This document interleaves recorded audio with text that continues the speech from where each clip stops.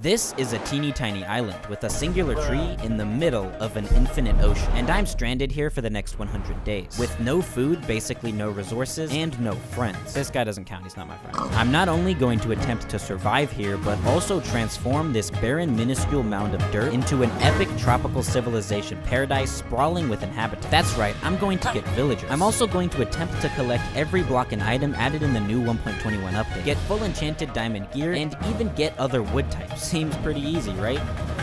No! I couldn't even find anyone who's ever done this before. This was literally the hardest challenge I've ever done. So without further ado, sit back, relax, and go get your snacks. Because this is how I survived 100 days on a deserted island in Minecraft Hardcore. On day 1, I was summoned into an infinite abyss of ocean with nothing but the non-existent clothes on my back. Got a disgusting creature here. As always, because I'm an Aquarius, and I'm not like other axolotls, I decided to start with the extremely unique decision of chopping down my first tree, making a table crafting, and constructing my first device. I'm starting on this island a level 0 crook with absolutely no friends. Absolutely no friends. But I dare to dream. One day, I'll be a level 100 mafia boss, I'll reach Town Hall 37, and maybe I'll even have 20 million power in Rise of Kings. After defiling my first act of nature, I managed to profit a couple saplings. Eggs are still $10 a gallon though, so I began my next money-making hack I learned on TikTok. A stable 9-to-5 job. I mean, farming. They don't want you to know this one. No one likes you. I have ambitious goals for these 100 days, but for now, I'm just a humble seafaring lad who's sometimes a genocidal maniac. I'm just quirky like that. Whoa, that looks cool. Oh my gosh, it's so deep. Oh my god, I'm already dying. I forgot I'm in hardcore. Anyways, I continued exterminating the native sea life population with my bare hands until I grew a conscience. Oh my god, there's already drowned. I don't have tridents, do they? I don't even have a sword. What am I supposed to do? Okay, I'm retreating. Hopefully they don't come on my island. Our first priority is to expand our island enterprise and franchise our tree farm business to stimulate the deserted island economy. And I want to do this within the first few days of this challenge, so we need to get to work. You see, not only are we going to need a lot of dirt for building the island and lots of wood for trading with villagers later on, we need a large dirt platform for wandering traders, and ideally passive mobs to spawn, so we can get different sapling types and foliage, wool for beds, leather for enchanting, and maybe even sugarcane if we're lucky. So after beginning the next generation in the line of Ben the Boss Oak Tree Products Incorporated, I flattened the island by mining slower than my dad when he went to the store to get milk, before upgrading to a proper excavator. I then began on my first real estate endeavor and constructed our first property. I mean, it may be a bit dirty, but it'll do the trick. Laugh now, I command it. Please get out. Thank you. Oh, your place? Yeah, unfortunately, it'll probably only sell for like 2.1 million, but they can all be winners. I then added a front door to our property. You'll be fine out there. Don't worry. Don't worry. Nothing bad is gonna happen. And then began excavating a tunnel into the Earth's crust. The plan.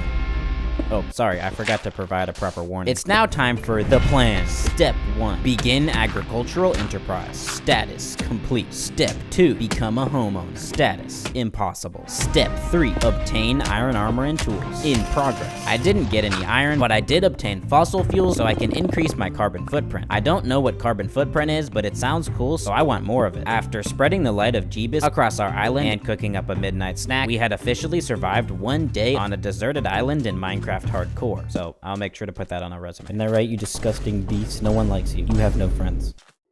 I then dove into the depths to depopulate the local oceanic population and the local underwater vegetation on the morning of day 2. After acquiring sustenance, it was time for step 4, expand the island. I began by constructing, or I guess destructing, a basement for our dirt mansion to collect an amassment of dirt, and then began placing it in around the island. Then I found lapis?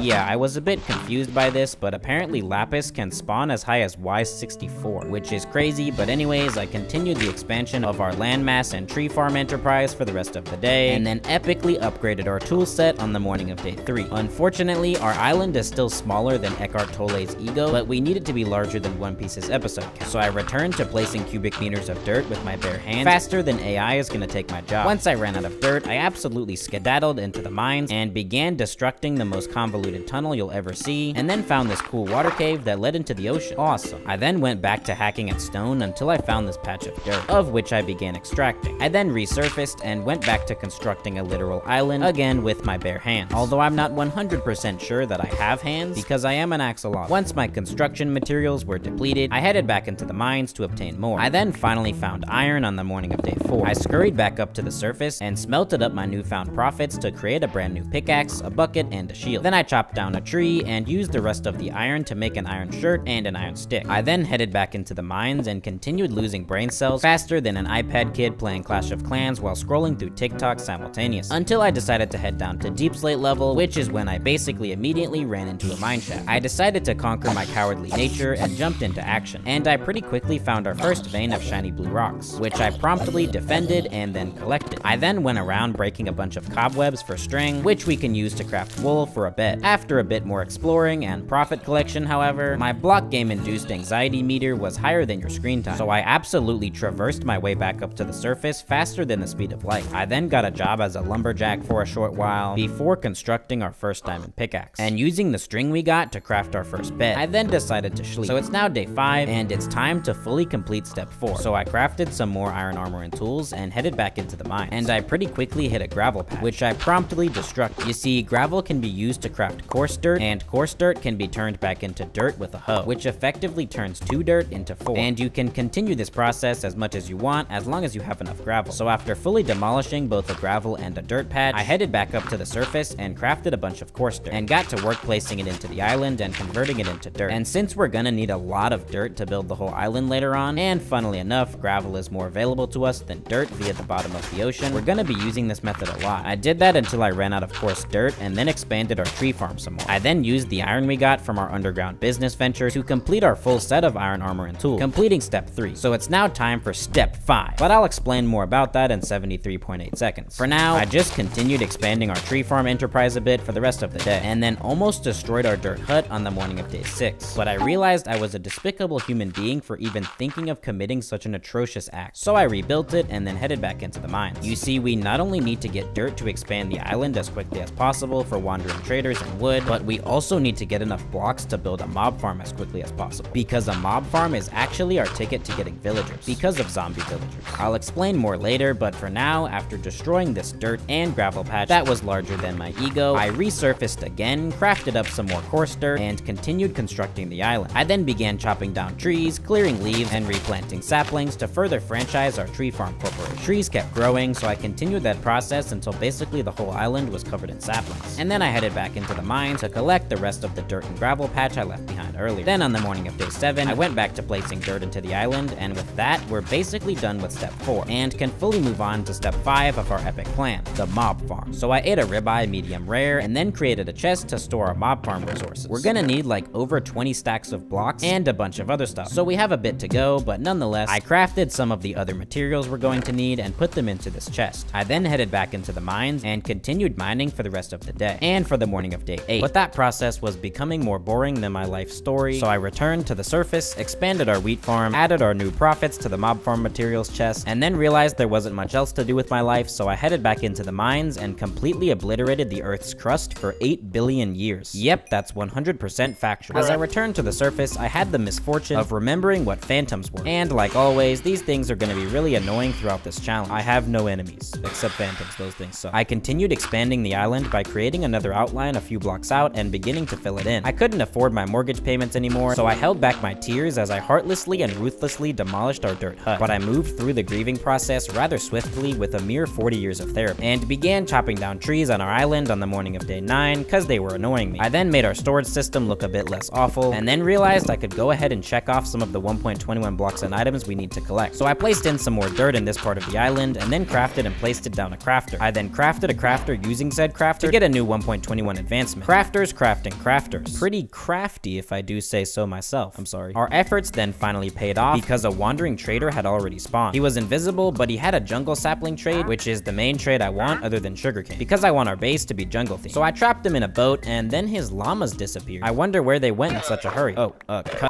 I don't have any way to get emeralds yet, but hopefully this boat prevents the wandering trader from despawning until we get emeralds so we can get that jungle sapling trade. And just to make sure bro survives until then, I built a cobblestone shelter around him. I then expanded our wheat farm more, and now it's day 10, and we're officially 10% of the way through this challenge. And we're making a decent bit of progress so far, but there's still a lot left to do, so on the morning of day 10, I crafted and placed down the copper grates, doors, and trapdoors. I then decided that disgusting creature had a bit too much freedom, so I chained him to this fence post and left him there forever. Once you obtain one one singular brain cell, I will release you. So basically, I won't release you. I also attached a boat to a fence post with the other lead I got from the llamas, so yeah. It's pretty cool that you can do that now in 1.21. That feature is going to make transporting villagers once we get them later on a lot easier. Speaking of getting villagers though, we still need to get blocks to build the mob farm, so we can actually do that. So I headed back into the mines for another overworked underpaid shift, and I hacked at stone, dirt, and gravel for basically the rest of the day before resurfacing by the end of the day. I then crafted a stone cutter and then crafted some chiseled copper using said stone cutter and placed it into our 1.21 blocks display on the morning of day 11. We almost had enough blocks to build the mob farm, so after placing a bunch more dirt into the island, I headed back into the mines and continued excavating profits from the earth for the rest of the day. Then wasted time extending the mine through this water cave for some reason on the morning of day 12. I continued that process until my brain imploded and then headed back up to the surface. I then committed my daily dose of deforestation for mob farm resources, but mostly to smelt into charcoal for fuel. I then discovered that you can plant saplings on farms. I have no actual idea why I never knew you could do this, but this is absolutely fascinating. I was still lacking funding for my business venture, however, and investors were showing little to no interest. So I took matters into my own hands and headed back into the mines again and proceeded to obliterate stone for basically the rest of the day. And on the morning of day 13, I crafted up the remainder of the materials required to build the mob farm, and then it was finally time to actually build it. I began by bridging out a bit from the island because this farm is going to be mildly atrocious looking. I then began building up with cobblestone until I hit the stratosphere, performed an Olympic dive and broke all the bones in my body, and then constructed a vertical transportation device all the way up the tower. And even though this farm is going to be monumental to making a ton of progress towards our goals in this challenge, I'm sure you've seen this exact farm built literally 1 billion times before, so I'll try to speed through this a bit. I built out a platform at the top of the tower and then began work on the ankle breaking chute before being interrupted by more phantoms. After surviving by cowering in fear, I went to sleep and then watched as the sun burnt my enemies to a crisp on the morning of day 14. I then headed back to work and completed the folly down chute thing. I then added in the tax collection system, built out the water slides, and then built the platforms. And then realized I made the farm slightly too big and the water didn't reach the end of the water slides. I wasn't really in the mood to undo and then redo everything I just built though, so I just moved the water sources forward and added these wall things along with adding in all the trapdoors so the mobs actually walk into the water channels. I completed that by the end of the day and began adding in the roof on the morning of day 15. And I ran out of cobblestone, so I started just using whatever blocks I could find in my pockets to complete the roof. It doesn't really matter though, we're not gonna see this a lot, so we just need it to be functional. But I ran out of blocks, so I headed back down to the base. But I got distracted harvesting our wheat field and expanding it even more. Wheat is going to be really important though, not only for food, but also for trading with villagers, and most importantly, so we can actually build a villager breeder and get a villager trading hall and populate our island with 100 inhabitants. I then realized that our wandering trader had escaped and his llamas had returned. But actually, the wandering trader just despawned, because apparently boats don't prevent them from despawning after a certain amount of time. And then somehow another wandering trader spawned soon after that. This would be lucky, but we don't have any emeralds yet, so this is really unlucky if anything. But nonetheless, the llamas mysteriously disappeared and I decided to borrow their leads. And I trapped the wandering trader in a boat in this cobblestone prison just in case we're able to get emeralds in the next few days somehow. Also, his trades weren't that great either. Anyways, I went back to replanting the wheat field and then grabbed some more blocks and headed back up to work on the mob farm. But when I got back up on the morning of day 16, I could hear that mobs were already spawning, even though I'm pretty sure I lit up the platform with torches. So I built up and around to gain the high ground and attack from above. But then I got scared by this creeper and ran away.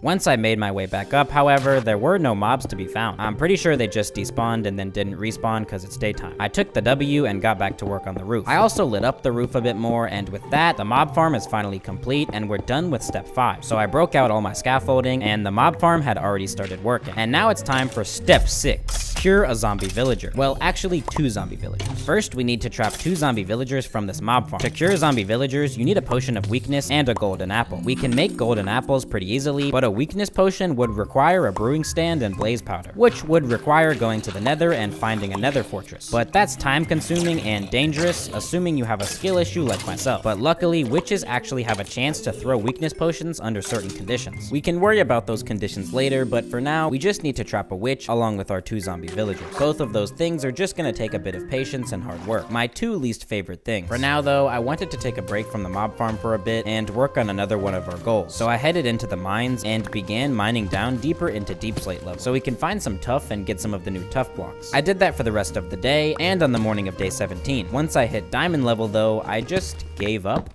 I guess. I went back up to the mob farm for some reason, and then went back down to the base and crafted a golden apple with some of the gold we got from mining. I then went back up to the mob farm to begin waiting for a zombie villager or witch to spawn. I waited, expanded the platform some, and then a witch fell down. Epic. So I blocked off the chute temporarily and built a prison for the witch. I'm pretty sure witches are just much more common than zombie villagers though, so this is still gonna take a bit of time unfortunately. I placed a boat in the witch's prison, broke out some blocks between the mob farm and the enclosure, and then used some water to get the witch into the boat. I then closed the mob farm back up and let all of the mobs out of the waiting room. I then headed back downstairs on the morning of day 18 and gathered up all the blocks I had. I then headed back up to the mob farm and continued expanding out the platform to make room for our next 2 prisoners. Patience. I then continued waiting for a zombie villager to fall down for a while, but without any luck, so I headed back down to the base and harvested and expanded our wheat field. I then headed back up to the mob farm, built the house for our patients. Yeah, that makes sense. I continued waiting for the rest of the day and managed to get more witches and suffer permanent hearing loss, but I obtained absolutely 0 zombie villagers. I continued my fruitless efforts on day 19, along with expanding the platform a bit more. I kept waiting for a while and managed to make some beds with the string I was getting from spiders, which were going to need for the villager breeder, but still no zombie villagers, so I decided to head back into the depths to get some more dirt, mostly because I was bored of just waiting at the mob farm, but also because we still need to expand the island more, because I'm pretty sure the other wandering trader already despawned, and we still need to get other wood types, and ideally sugarcane for enchanting as well. I then used my dirt profits to construct some more of the island, and then headed back into the depths with a different goal in mind. I began the search for tuff at deep slate level on the morning of day 20, but found gravel instead, so I headed up to the mine shaft we found earlier instead to gather up some tuff there so we can check some of the new tuff blocks off our list of 1.21 blocks and items. I then headed back up to the surface and crafted up a bunch of new blocks. I then placed them into our 1.21 blocks and items display. And now for most of the rest of what we have to get, we're going to have to find a trial chamber. And luckily, you can get trial chambers explorer maps from cartography villagers, which is not only one of the new items itself, but will also allow us to get the rest of the blocks and items. I then began duplicating our dirt using the coarse dirt method and placing it into the island for the rest of the day. Then I went to sleep for some reason. I guess I was tired. I headed back up to the mob farm on the morning of day 21 with a newfound sense of determination to wait until either the sun blows up or a zombie villager falls down this chute thing and blocks me. And after waiting for the entire rest of the day and for the morning of day 22, a zombie villager finally fell down. I quickly blocked off the chute and carefully deleted the other mobs. I then added a boat into our subject's prison, broke out some blocks, and then he just walked right into the boat. Now that we have our first subject, it's time to cure this fool. So I headed back down to the base and harvested and replanted our wheat field. Yeah, I guess I got distracted. Anyways, then I grabbed some building blocks and headed back up to the mob farm to build out a platform so we have some more room to perform the procedure. I then began trying to figure out how to get the witch and zombie villager into position on the morning of day 23. I basically need the witch to be right here and the zombie villager to be up on this platform. So I began constructing a hallway for the witch to walk down and a stairway for the zombie villager to walk up. I then realized that another zombie villager had fell down the mob farm chute, so I could actually cure both of them at the same time. So I blocked off the chute again and began carefully getting rid of all the other mobs. And there actually turned out to be 2 zombie villagers, so I guess we'll have a backup too. I then repeated basically the same process as before, but then the baby zombie villager escaped. I quickly used my multiple brain cells to tower up and then trapped him in a boat in a box. I then got the other zombie villager in a boat and then reconstructed the mob farm. I then realized that I only have 1 golden apple, but I need 2 if I'm going to cure both zombie villagers. So I headed back down to the base and headed back into the mines on the morning of day 24 to search for gold. After a bit of hacking at stone, I found this water cave with some gold in it. So I used the door method to swim around the water cave collecting gold, and I managed to get enough for another golden apple, so I headed back upstairs and chopped down some trees while I waited for our profits to smelt up. I then crafted the golden apple and headed back up to the mob farm. I then completed the trap for the zombie villagers and released them, and they almost immediately got into place. I don't think it's possible to get them into a singular block this way, but this should still be fine. And this trap door here will allow us to place blocks to trap the witch in here. So after expanding the platform a bit more on the morning of day 25, we were officially a quarter of the way through the challenge, and it's now time to get the witch into place. So I broke out the blocks leading to the prison and then broke the boat. I then used a water bucket to force the witch into position and then fully blocked off the exit. And now everything is finally in position and we can save these villagers' lives.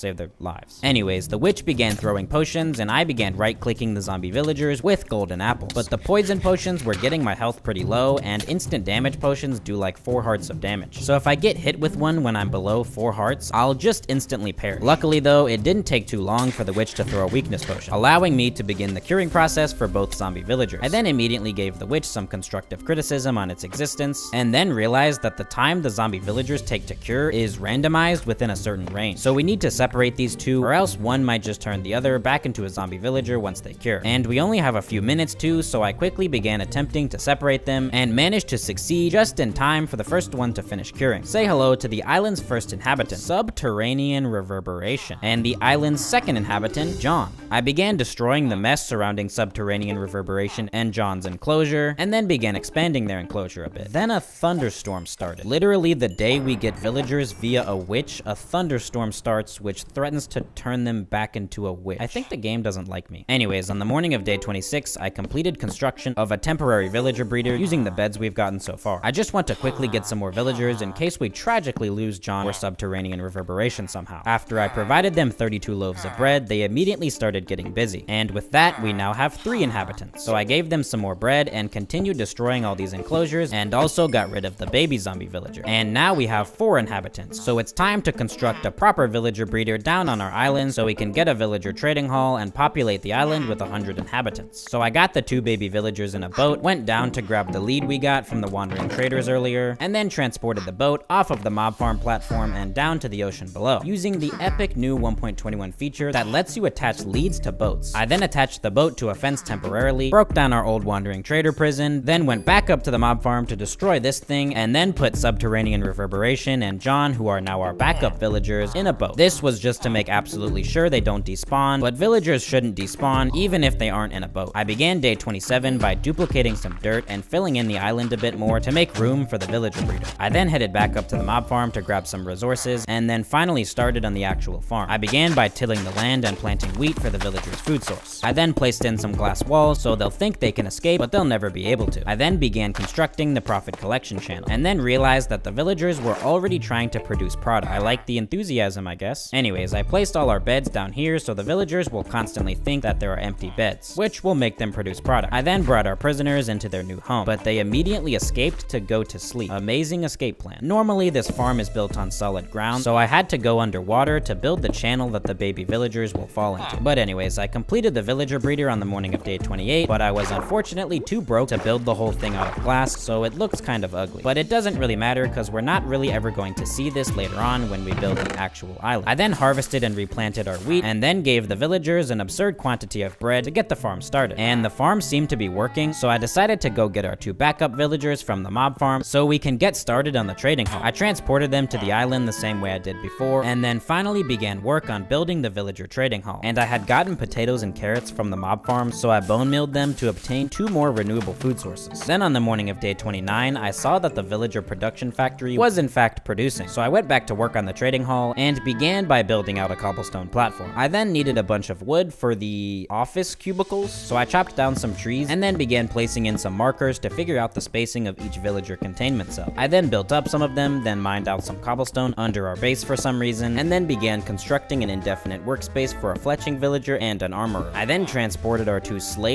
unpaid interns, over to the new office building and into their new offices, where they will remain for the rest of their natural lifespans. Then on the morning of day 30, this squid unfortunately passed away, although I have no idea how. Wait, cut. But for some reason, our unemployed population didn't want to work. This generation has no work ethic, I tell you. But my love is conditional, so I forced them to take the jobs. And the reason I wanted a fletching villager is because we can trade sticks for emeralds. And that's one of the easiest resources to collect with our tree farm and the mob farm providing an infinite source of bone meal. And we're going to use said emeralds not only to trade with wandering traders once another one spawns, but mainly to get enchanted diamond armor. So I began chopping down trees, turning said trees into sticks, and turning said sticks into emeralds to level level up our armorer villager. And even though we haven't fully completed step 7, it's time for step 8, obtain immense material wealth. Basically, we need to get full enchanted diamond armor and tools, enchanted books, and a Trial Chambers Explorer map from the villager trading hall, because accomplishing our goals would be basically impossible without these things. I then went back to a simple life as a humble lumberjack, crafted more sticks, and then headed back into the city to get rich quick, day trading for emeralds and for worthless pieces of armor to level up our armorer villager. I then realized that I could use another fletching villager to trade with while this fletcher restocks his trades, and I should also probably level up a toolsmith to get enchanted diamond tools. So I headed over to our villager farm to collect the profits and shipped a couple more unpaid interns overseas. Then I was getting annoyed by phantoms again, so I went to sleep. And then on the morning of day 31, I showed our newest employees into their offices, but one of the employees was trying to escape. Bro thinks he's gonna see his family again. Anyways, once I threatened to dock his pay, he immediately ran into his office. Wait till I tell him there is no pay. I then continued trading and managed to get our armorer's first diamond armor trades, and for literally 1 emerald each, which I assume is because he's a cured zombie villager. Then after purchasing the entire stock of diamond armor, the remaining pieces of armor unlocked. And just like that, we have full enchanted diamond armor. And now that we have that done, we need to get a full set of enchanted diamond tools, which is going to require trading with our toolsmith villager a lot more to level him up. So I continued chopping down trees, trading sticks for emeralds, and then using said emeralds to level up our toolsmith villager. And then I went back to the villager breeder to get more villagers so I can make more money so I can buy nicer stuff, because a materialistic lifestyle is what truly brings me inner peace. Anyways, I went back to chopping down trees for the rest of the day and for the morning of day 32. But basically, I want to make one of these villagers a cartography villager and the other one a librarian. But I just realized that you need paper to craft a cartography table and paper to craft books to craft a bookshelf for a lectern, which we need sugarcane and leather for. We got leather from wandering trader llamas, but we do not have sugarcane. But you can actually get paper from shipwrecks, and there should be plenty of those in this world. So that's the plan eventually, but for now, after conducting some more business transactions, I went back to chopping down trees and trading with villagers, and I was able to get a diamond hoe trade from our toolsmith, which will actually be pretty useful later on. Anyways, I chopped down a bunch more trees and then another wandering trader spawned, but his trades were absolute garbage. I bought the sea pickles cause I'll definitely use those eventually. I then continued trading on the morning of day 33 and finally leveled our toolsmith up fully, but his trades were kinda garbage. I mean, bro wants a diamond for a singular emerald in return. This guy should be in prison or something. Oh wait. Anyways, I need another toolsmith, so I began smelting all the iron I got from the armorer down because I needed a singular additional iron ingot to make another smithing table. Then this wandering trader llama mysteriously disappeared again. I then crafted the smithing table and placed it in. And I guess I'll just get the cartographer and librarian villagers later. For now, I got the villagers into their offices and then went back to chopping down trees. I did that for basically the rest of the day and then continued doing that on the morning of day 34. And both villagers had accepted their fate and locked onto the workstations. I then purchased an enchanted diamond shovel, chopped down more trees, traded more, and managed to fully level up one of our toolsmiths. I then dove into the ocean because it's now time for step 9, build the island, which is completely different from step 2, expand the island, because we now need to actually build the island we're going to build our base on, which will be massive, have vertical terrain, and overall just be epic. So I used the door method to begin collecting up a bunch of gravel. The reason I'm collecting gravel is because we're going to use the coarse dirt method to farm up a bunch of dirt in order to construct the island. I did that for a while, traded some more, and then began farming dirt with the coarse dirt method. I did that for the rest of the day, and then began placing dirt into the island on the morning of day 35. But I guess I forgot that I was supposed to be building the frame of the actual island, so that's a moment. I then decided to free these villagers to begin populating the island, and I forced all of them to become farmers so I could trade wheat for emeralds, and so they'll automatically replant our wheat field. Then I purchased a shiny new diamond pickaxe, and then headed into the mines because we have no iron, and I want to make an anvil so I can upgrade our shovel, so we can build the island faster. I headed into the mine shaft, and almost immediately found a librarian zombie villager, so that's funny. I then found and promptly excavated a vein of iron, which was connected to a vein of gold, which was connected to a vein of diamonds. That's gotta be in my top 10 Minecraft 100 Days Deserted Island Day 35 mining moments. I then mined the other vein of diamonds I found, and then continued exploring the mine shaft on the morning of day 36, and managed to find lava. It was directly under a cave spider spawner though, so I just quickly ran in, grabbed the lava, and then ran out. I then headed back up to the surface and made a diamond axe and a diamond sword with our profits. And with that, we actually have full diamond armor and tools. Now we just need everything to be enchanted. I then committed arson and then dove into the depths to collect more gravel to actually begin work on building the island. I did that for a while and then got to work duplicating dirt for the rest of the day. I then proceeded to spend almost the entirety of day 37 duplicating duplicating dirt. And unfortunately for my sanity, this is just the beginning of the suffering I had to endure to construct this massive island. But anyways, after some more scamming, I mean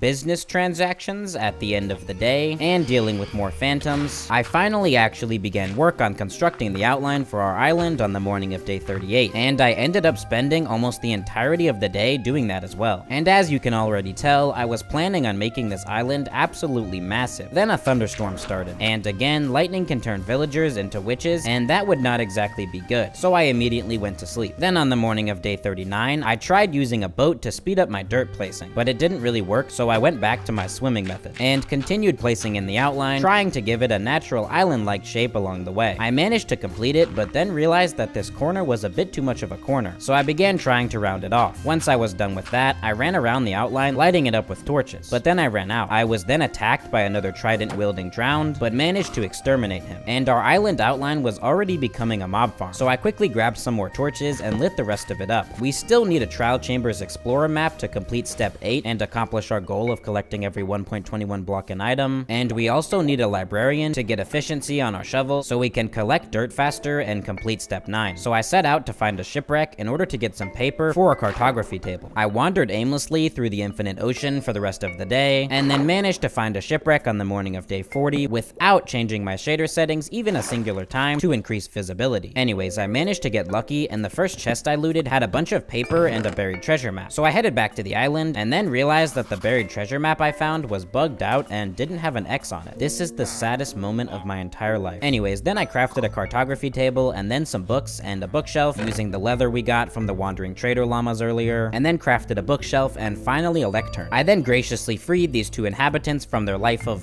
freedom and gifted them with employment. That basically took the rest of the day, but nonetheless, I began recycling the librarian's trades to get an efficiency book, and then realized I was broke again, so I began chopping down more trees on the morning of day 41. Wait, you mean to tell me you don't chop down your trees from the top down? Anyways, I did that for a while, then scammed our fletching villagers some more, and then realized that our librarian and cartographer had quit their jobs. Understandable, have a nice day. So I went back to chopping down trees, and also harvested our wheat field a bit more to trade for emeralds. The island then gained 5 new inhabitants from overseas, but they kept trying to return to their homeland, so I slept through the night, and on the morning of day 42, I just gave up on that and went back to trying and failing to get these villagers to lock onto their workstations. And one of the villagers escaped, so I had to go through the extremely annoying and painstaking process of getting him back into position again, but they still wouldn't enter the workforce, so after freeing some more villagers, I just placed and destroyed the lectern next to these villagers until I got the trade I wanted. Except I never got the trade I wanted, so I went back to the other villagers to see if it would work now, and it finally did for our cartographer. So I swapped the cartography table and lectern, and then the cartography villager entered the workforce as well. I then began breaking and replacing it over and over until either my brain imploded or I got an efficiency book trade. I did that for the rest of the day and continued doing that as Monkey D. Luffy brought the dawn of the world on the morning of day 43, and after deleting the last of my neurons, I managed to finally get an efficiency book, but it was only efficiency 1. So after calmly maintaining my composure and punching a hole through my monitor, I continued breaking and placing the lectern to get a better trade, and I actually got another efficiency trade pretty quickly, and this time it was efficiency 3. Still pretty bad, but good enough. So I went back home to grab my purse, and then went back to the trading hall to buy it, but I apparently also needed a book, so I crafted one with our remaining leather and paper, and then purchased the enchanted book. I then began smelting a bunch of iron armor using random wooden things I found lying around in our storage system for iron to make an anvil. That wasn't a very effective approach to collecting iron, however, so I dove into the ocean to collect some iron from around our island. I then crafted an anvil, and then began chopping down trees, traded sticks for emeralds, and then bought a new enchanted diamond shovel from a toolsmith, which I then also added the efficiency 3 book to. And now that we have an epic shovel, I dove back into the ocean to collect more gravel on the morning of day 44 so we can continue working on step 9. But I quickly noticed that I wasn't able to insta-mine gravel, even with efficiency 3 on my shovel. I was sure that you only needed efficiency 2 or 3 to insta-mine gravel, but apparently you need at least efficiency 4 to insta-mine gravel for some reason. So I used the last of our leather and almost the last of our paper to craft another book, and chopped down more trees, traded for more emeralds so I could purchase another efficiency book, and then spend more levels adding an efficiency book to our diamond shovel again. And then I tested out our new shovel to make sure it could insta-mine gravel, and it can, so I headed back into the ocean and began collecting a ton of gravel. And by the way, I'm able to mine with the same speed underwater because the enchanted diamond helmet trade we got from our armorer has aqua affinity on it. But anyways, I continued collecting gravel, fighting drown, and and also collecting any iron I found, and then swam around collecting the profits. I then saw that another wandering trader had spawned, and there was finally a sapling trade. So I quickly headed back over to the trading hall to get rich quick, but I still didn't have enough to buy 4 saplings, which is the minimum amount I would need to actually get a renewable source of dark oak wood, so I began chopping down more trees on the morning of day 45. Then the wandering trader llamas mysteriously disappeared again, and the wandering trader mysteriously got into this boat that suddenly materialized into existence for some reason. And then I traded more emeralds and bought some dark oak saplings and drip leaf for some reason, even though I didn't have enough dark oak saplings yet, and then went back to chopping down trees. But then this tree I bone mealed grew with a beehive on it. I forgot this was a thing, but beeswax is actually going to be essential for getting the waxed variants of all the new copper blocks, which are technically new blocks, so I'll come back to that beehive later. Anyways, I went back to chopping down trees at a new location, and then realized that bees had popped out of the beehive. So I bone mealed the ground to get some flowers so I could increase the bee population. But then I just gave up for some reason and went back to chopping down trees. Anyways, then I traded for more emeralds and then purchased the remaining sapling we needed. I also bought a brown mushroom, a coral block, and a pufferfish, cause why not, I guess. And then bone mealed our very first tree other than an oak tree, before immediately chopping the whole thing down to get more sapling. And then I bone mealed and chopped down another dark oak tree to get more sapling. Then this wandering trader mysteriously disappeared, and now we hopefully won't run out. So after planting another 4 of the saplings, I crafted all that dark oak wood into sticks and traded said sticks for more emeralds, and then used said emeralds to continue leveling up our cartography villager. And he only needed to be upgraded one more time to get the Trial Chambers Explorer map. So I chopped down some more trees and then collected a bunch of sand from under our island because our cartographer had a glass panes trade. Anyways, then I smelted the sand into glass, crafted some glass panes, and then finally leveled up our cartographer to journeyman level, and saw that there was a Trial Chambers Explorer map trade. Except I guess it's actually just called a Trial Explorer map. Lame. But I needed a compass, so I proceeded to smelt up random iron tools with a random assortment of wooden things again on the morning of day 46. And with my newly acquired iron, I crafted a compass and then finally purchased a Trial Explorer map. And upon opening it, it seems like the Trial Chambers is pretty close by, but we'll go explore that later. For now, we need to get to work on our other 2 main goals if we want to complete them by the end of the challenge. So I traded some more glass planes with the cartographer to get some more emeralds, and then crafted and placed a campfire underneath the beehive so we can safely collect honeycombs from it without all the bees attacking us once it's ready to be harvested. I then chopped down a tree, traded more glass panes for emeralds, and then finally began using the coarse dirt method to turn all the gravel we collected into dirt. Rain or shine, the block game grind don't stop. So I continued placing coarse dirt, tilling coarse dirt, and mining coarse dirt for the entire rest of the day, and for a significant percentage of day 47. I then dove into the ocean again to collect some more iron. After exploring this ocean cave and obtaining a decent quantity of iron, I headed back up to the surface, crafted a pair of shears, and collected honeycomb from the beehive. I then utilized said honeycomb to obtain the waxed variants of a few different copper blocks, and after deleting some more phantoms, I placed them in a chest to more easily keep track of what we have so far, since there's no visual difference between waxed and unwaxed copper blocks. I then crafted some more copper blocks and placed them down so we can get some more of the oxidized variants later on. Then on the morning of day 48, I finally began on step 9.5. Still just the outline, but this feels more like we're making progress. It's time to build the outline for the terrain of the island, and then fill it in. And because I'm pretty sure I built the 2D outline too big, I'm just going to start with this quarter of the outline, see how long that takes, and then decide if I have time to make the island this big, or if I need to downsize a bit. So after marking the edges of the quarter of the island I want to work on, I began constructing the outline for the terrain. I started by creating lines from the outer outline to the center, from the front, the side, and the middle. And then I began creating a series of lines connecting these lines at each level of vertical terrain. Once it was nighttime, I began lighting up the outline, but ran out of torches, so I chopped down this dark oak tree and began smelting the logs into charcoal to make more torches with, and then continued lighting up the outline. I then went back to placing in the outline, making sure to maintain the natural island-like shape for each layer of terrain as I went. I continued that process for the rest of the day, and then destroyed some of the center area and began rebuilding it lower on the morning of day 49. And I was already almost out of dirt, so I began filling in some of the outline until I was basically out of dirt. I then crafted some more doors and dove back into the ocean to continue collecting gravel. I did that for a while, then swam around collecting all the profits, and then got back to the extremely fun and engaging process of using the coarse dirt method to turn all that gravel into dirt. I continued losing IQ points for the rest of the day, and it's now day 50, and we're officially halfway through the challenge. We've definitely made a lot of progress, but I'm starting to realize just how ambitious my goals for this challenge really were. So we're going to have to pick up the pace if we want to accomplish all of our goals by the end of the challenge. So I continued farming dirt for like half of the day, and then went back to working on creating and filling in the outline for this quarter of the island, which I continued doing for the entire rest of the day. I then continued filling in the outline on day 51, and now that we don't really need this area anymore, we might as well reclaim all of this dirt to use for filling in the rest of the outline. So I began destroying our homeland to make way for the birth of a new nation under axolotl rule. Once I had ruthlessly decimated all the land underneath our new island and blocked off all this water that was now flowing into our mine area, I went back to placing in the outline for the island, and did that along with fighting off phantoms and lighting the whole thing up until I had basically ran out of dirt. I then began transferring our old farmland to our new island. I began by destroying all of our old crops, then creating water sources and tilling dirt on the new island, and then finally planting in all the wheat seeds. I also placed in a couple composters to create more job opportunities, so hopefully some villagers will decide to relocate to the new island. I then went to sleep right as the moon was setting, so I don't lose valuable time, but still stop phantoms from spawning for a few days. I then began moving all of our chests and workstations upstairs, and then I repaired my diamond shovel, which was on the brink of implosion. Once I was done moving out of our old apartment, I apparently actually still had a bunch of dirt left, so I went back to filling in the frame of the island, did that until I actually ran out of dirt, and then continued demolition of our previous residence for more dirt. I boated around in a boat to collect the profits, and then continued destroying the old island for the rest of the day, and on the morning of day 53. Then this villager died, lol. I then freed an absurd amount of villagers to restabilize the island's population, and I decided to just permanently destroy these walls and block off this water channel so the villagers can just immediately become productive members of society upon being born. And I've officially realized that my original island outline was way too ambitious. The island is still gonna be massive, just not as massive as the entire observable universe, unfortunately. So I got to work creating the new outline for the island with the dirt we collected, but I was rudely interrupted by another trident-wielding drown, and after failing to get a big fork again, my shield was completely obliterated. So I made a new one and then went back to work on the outline of the island, before lighting the whole thing up with torches. I then got to work destroying the old outline, and then boated around in a boat to collect the profits. I then fought another trident drowned and didn't get a trident, and then began lighting up more of the island on the morning of day 54. And while our island may look a little bit completely atrocious as it is now, in just a short amount of time, this island will be teeming with life, buildings, capitalism, spaceships, constant explosions, and even the entire Milky Way galaxy. Okay, maybe that was a little bit of an exaggeration, but the point is, it's gonna be epic. So I began constructing the outline for the remaining 3/4 of the island, starting with this cliff area, which will eventually house an epic windmill mansion. I built up to the height I wanted, then built out a natural looking oval thing, and then began connecting the outer outline to the upper outline. I continued placing in and then filling in the outline for basically the rest of the day, and then removed these water trees for violating the laws of physics. I then created an escape route for these trapped villagers on the morning of day 55, then freed these other villagers, and then bred our bees and planted flowers around the beehive so they'll continue to produce honeycombs for us. I then used the honeycombs we got earlier to make an artificial beehive so the bee colony can continue to expand. I then used 2 leads and a fence post to trap these 2 bees forever, which apparently prevents them from going back into the beehives, but that consequently means they also can't produce profits like this, so I let them go out of the goodness of my wallet.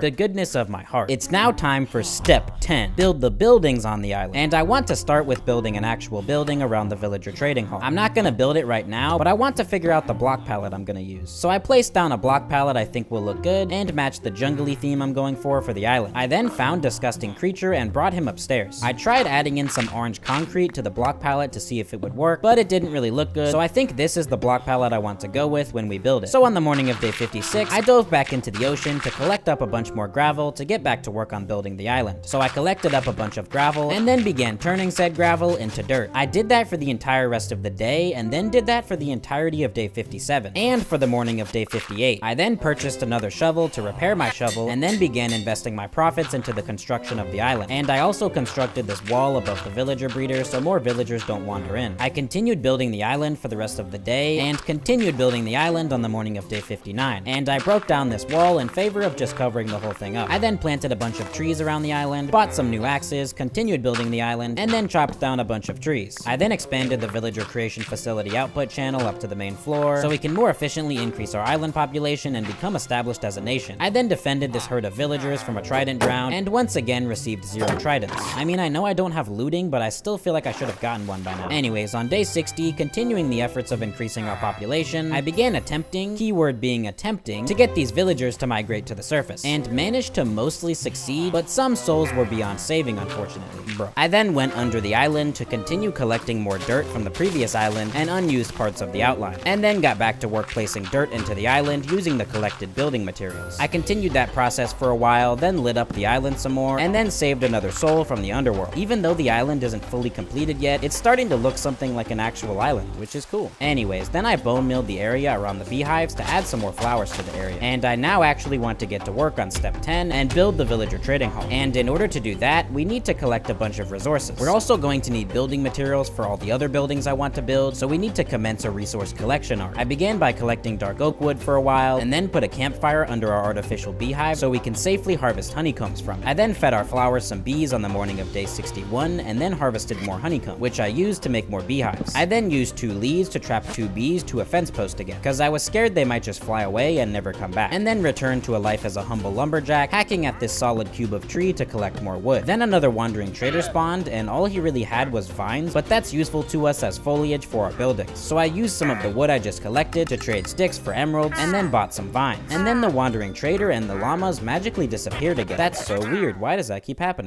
Anyways, I went back to collecting wood, and once I was done with that, I set up a rudimentary vine farm. And for some reason, you can't bone mill vines, so we just have to wait until this grows to collect more. Anyways, then I collected some leaves with our shears, because once the trading hall is complete, I want to add leaves to the walls and roof to look like giant vines are growing on it, so it looks more natural and like the building is one with nature and the island or something. But anyways, I then finally got to work on the actual building, and started by deciding the size of the building by marking where the dark oak pillars will go. Once I felt like the pillar placement looked right, I built the pillars up, and as annoying as it is, we're going to have to move these villagers up at some point. Well, I guess we don't have to, but we're going to, so yeah. I noticed that the villager creation facility should probably have produced more villagers by now, and I had a hunch that it was because there's 4 villagers in there now instead of 2, because 2 more wandered in here somehow. And since there's only 4 beds, the villagers won't make more villagers, because there needs to be more beds than there are villagers in this area, I think. Luckily though, these villagers spontaneously burst into flames out of absolutely nowhere and for no reason. That's crazy. Anyways, that should fix the problem though. Now I need to hit the mines to collect up a bunch of deep slate for the trading hall building, but there seemed to be a mob infestation in our mine entrance. I think all the torches got knocked out when water flowed into this area earlier, so I exterminated the problem and then began relighting up the mines. It took a while because of the water I placed down when fighting the creeper, but once I got down to deep slate level, I began collecting a bunch of deep slate. I hacked at deep slate for a while and then headed back up to the surface once I felt like I had enough, and it still felt like we weren't getting any new inhabitants, so I blocked off this water chute so I'll be able to see if villagers are actually getting up here. Anyways, then I finally got back to work on the trading hall, and started by constructing an outline for the roof with copper, but I almost immediately gave up because I heard a wandering trader. I commenced a search and pretty quickly found this invisible wandering trader hiding under the island, and we had finally gotten a jungle sapling trade, which is the main thing I wanted from wandering traders, so I immediately commenced Operation Get My Bread Up, and began trading sticks for emeralds, and then purchased 3 saplings. But I still wanted at least 1 more, so I traded more sticks for emeralds, and bought the 4th sapling. I also bought a slime ball for some reason, and then immediately planted and bone milled one of the jungle saplings and destroyed all the leaves to get more saplings. But I didn't even get a single sapling from this tree, so I decided I needed to buy a bunch more jungle saplings so there's no chance that I ever run out. So I continued trading sticks for emeralds, bought a sea pickle for some reason, and then bought the entire stock of jungle saplings. I also bought brown dye for some reason, and then got to work trying to get more saplings by bone milling and chopping down jungle trees and destroying all of the leaves. I also actually wanted to use jungle planks for the roof of the trading hall anyways, so this is also just to collect a bunch of jungle wood. I continued doing that, but I would only ever profit 0 or 1 sapling each time, so I decided to go ahead and bone mill a giant jungle tree to see if I get more, and it still wasn't a lot, but I did seem to be profiting 1 or 2 as opposed to none at the very least. So I continued chopping down jungle trees for basically the rest of the day, and then the wandering trader and the llamas magically disappeared again. Wow, this is so mysterious. Then I expanded the bee colony and harvested more honeycombs, and then finally got back to work on the trading hall building. I built out the rest of the copper outline for this side of the roof, and then placed in some jungle planks and oak planks to try to see which one looks better. I also used some of the wax we got from the beehives to wax some of the copper stairs so they won't all oxidize. I then began adding in some oak stairs occasionally to create some texture and variation, and then got attacked by phantoms. I then stripped the dark oak log pillars and then began adding in the oak log pillars to mark where the new trading booths will go. I also added in some jungle planks occasionally for some texture and variation, and then stripped all of the pillars so it actually looks good, and then added more deep slate to the ground and front of the villager booths on the morning of day 65. And it looks good so far, but this side doesn't really have enough depth. So I began adding in a protruding segment of the building in the middle of this side of the building. I built up the dark oak pillars, added in a deep slate roof, stripped all the dark oak pillars, and then took a break to add a chimney to the building. I realized I could buy bricks from this mason villager, so I invested my life savings into the masonry industry, and then began adding a brick chimney to the trading hall. It's just a 2x2 brick pillar, but I also added in some deep slate to the top and these campfires surrounded by trapdoors, so it looks like an actual chimney with smoke coming out. I also added in some vines and leaves to begin making the building look like it's being overtaken by nature. Then I added these jungle pillars to the protruding building, and then got to work on building the other side of the roof. Then I continued this deep slate foundation on the other side of the building, and then destroyed these unused oak pillars for more wood. I then freed this villager from the water chute, and this means that the villager breeder is working and the island population is slowly but surely increasing. I continued work on the trading hall on the morning of day 66, and then almost met my demise drowning whilst fighting a drown. But anyways, I continued adding in the deep slate foundation and flooring to the other side of the building, and then added in the oak pillars, and then decided that having a deep slate outline for the roof but only on the sides would look better. So I began replacing the copper outlines on the sides with deep slate, along with completing the copper outline on the other side of the trading hall. I then began adding more giant vines onto the roof with leaves, fought some more phantoms, properly connected this protruding section to the main building, and then crafted some chains and lanterns on the morning of day 67 and added them to the trading hall. I then continued working on the protruding building thing and managed to get it looking pretty much how I wanted. I then began relocating the villagers' workstations and using the power of water to give them all a raise. I guess you could say their living situation has been elevated. I mean, it's not exactly groundbreaking or anything, but it's a step up. Okay, I'll stop. Anyways, I continued doing that for the rest of the day, along with fighting off more phantoms, of course, and then expanded our bee colony on the morning of day 68, before returning to relocating our villagers to the second floor, and managed to successfully uplift all of our villagers. And then I discovered some villagers under the trading hall and freed them. Just kidding, I just left them there. I then built empty offices for the potential future residents, and then got to work on completing the sides of the trading hall. I added in the deep slate roof outline for the right side, fought more phantoms, and then began constructing an entrance on the right side of the trading hall. I added some jungle pillars, this deep slate arch, a jungle planks wall, and a door. I then began destroying all these unnecessary blocks inside the trading hall so it looks less atrocious and a bit more spacious. And it's finally the most important day of the challenge. Epic. I then realized that there should probably be a floor in here, so I added in a floor. And I thought it would be cool if we could trade from the villagers from the inside or the outside of the building, so I added in this oak log counter thing so the villagers can't escape, and then broke more of the walls. Then I added this second horizontal line of oak logs to the top to make it look better, then began adding in the same design to the other side of the hull, but then removed the upper oak logs and replaced them with dark oak logs to introduce some more contrast. Then I added stairs to the roof to make it look cleaner, and then continued adding the same design to the other side of the hull. I then added some jungle plank slabs to the top of the ceiling, then replaced some of the oak logs with jungle logs for some texture and variation, and with that, the interior is basically complete. So I got back to work on the right side of the trading hall, which I built basically the same as the left side, but with this window thing instead of a deep slate arch. Then I harvested our extremely sophisticated and complex vine farm, and then got to work building another, smaller protruding section of the trading hall on this side of the roof, whilst being rudely interrupted by more phantoms multiple times. And since the moon was setting, I just slept real quick so phantoms will stop spawning for a while. I then harvested the beehives on the morning of day 70, and then got back to work on the trading hall, and with that, all that's left is some finishing details. So I went around the building, placing in a ton of vines and leaves. I then needed to get these chests out of the way to continue the deep slate flooring surrounding the building. So I began attempting to do that, and then another lightning storm started, and lightning literally struck right in front of me. So I went to sleep, and on the morning of day 71, I added the rest of the trapdoors to the chimney, and then heard wandering trader noises again. Once I located the trader, I made the enlightening discovery that this humble traveler's trades were complete garbage and not worth my time. So I got back to moving these chests upstairs, filled in some of the area behind the trading hall with dirt, and then traded some more sticks for emerald, and purchased some items from the wandering trader, cause why not, I guess. Anyways, then the wandering trader and the llamas mysteriously disappeared again, and with that, we've actually fully completed the trading hall. Then I destroyed this floating mass of leaves, and then crafted a honeycomb block. Epic. Then I combined these 2 protection 1 diamond leggings I bought when I was leveling up our armor earlier to get protection 2 diamond leggings, but then just put them in this chest for some reason. And now it's time for step 9.75. Destroy the island. Okay, not really. Basically, after taking a look in replay mod, I decided that the current island shape is kind of off from what I originally envisioned. So I want to shave back the front of the island a little and extend the side of the island a little bit. And I began this process by carving and then building out a line marking where the new island should end. But it looked kind of goofy, so I began carving and building a new line for the new island. I did that for the rest of the day and continued doing that on the morning of day 72. I took a look in replay mod again and then tweaked the shaping again, destroying the section of the island I wanted to remove, continued building the new outline, time, took a look in replay mod again, tweaked the shape of the new island again, and then continued that process until I was happy with the shape. Once I began creating an outline for the terrain and removing the old island. I did that for the rest of the day and continued doing that on the morning of day 73, and then began filling in the new outline. Then I got distracted pursuing a life as a potato farmer, and then got back to work destroying the old island and filling in the new island outline, which I did until I ran out of dirt. I then dove into the ocean and collected a ton of gravel. I then boated around in a boat to collect said gravel, and then used some honeycomb to wax some of these copper stairs. Then on the morning of day 74, I began using the coarse dirt method to turn all the gravel I collected into dirt, and I spent basically the entire rest of the day doing that before getting back to placing dirt into the island by the end of the day. I continued placing dirt into the island frame on the morning of day 75, and we're now officially 3/4 of the way through this challenge. Then I absolutely pranked this stupid villager by trapping him in this hole forever. I mean, it's his fault for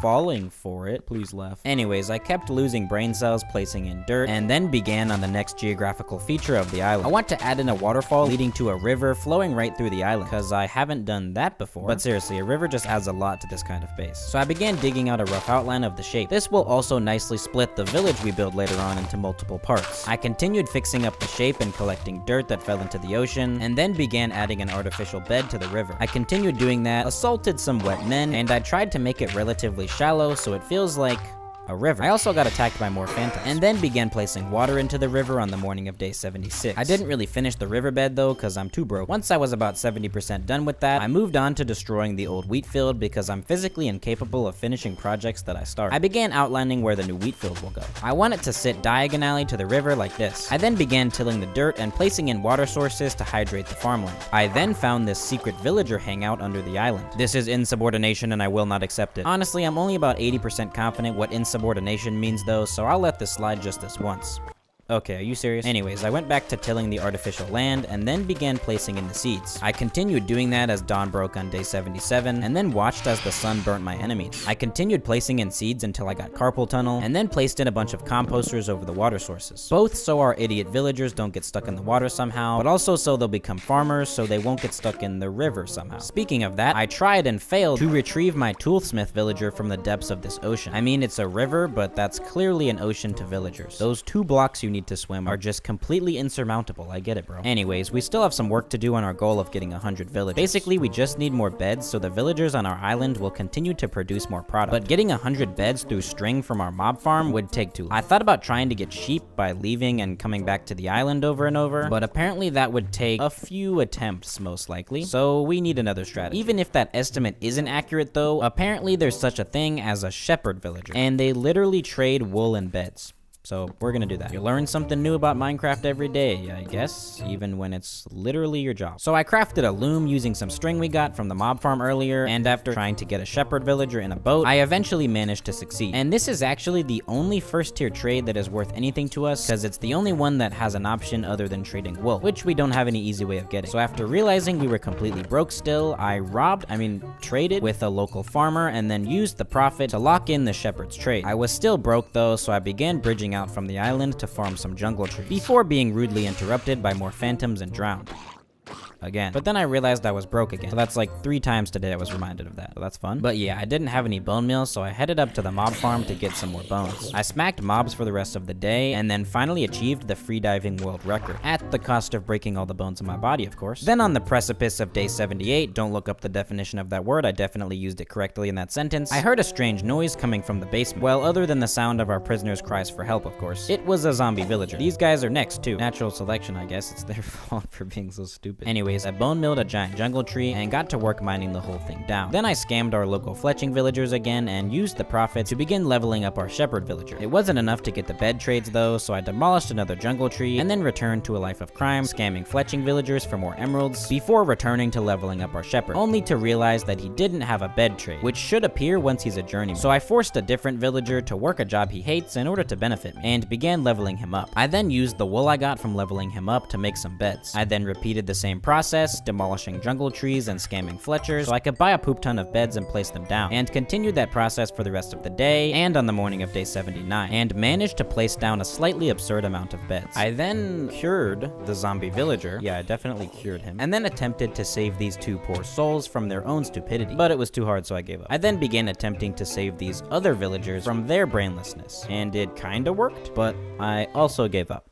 So yeah. I then made a new diamond pickaxe as a backup and headed back into the mines to try and mine for dirt, because I don't think I can physically or mentally or emotionally handle farming dirt with the coarse dirt method for a singular additional second. So I began mining and pretty quickly ran into this massive vein of dirt that I mined out for the rest of the day. And on the morning of day 80, yeah, maybe I should have just been doing this from the start, honestly. Anyways, I headed back to my home country with an immense quantity of dirt wealth and began work on changing the shape of this cliff thing a bit. I mostly just wanted to extend it more to this side of the island. I then quit my life as a landscaper to become a lumberjack for the rest of the day, and then built a prison around our villagers while they slept. Then this large man spawned on the island, and I felt slightly intimidated, so I did the only reasonable thing and immediately exterminated him. No, but seriously, iron golems can end this hardcore world in like one hit, and all we have to do to anger them is left click a villager on accident. So this is the easiest way to deal with that problem. Or so I thought, but another iron golem basically immediately spawned, so this time I attempted to get him into a boat, but apparently that doesn't work on iron golems. So I just built a dirt box around him. Sorry, bro. I then began filling in the top of the cliff with dirt, and I managed to get most of it done before running out of dirt again.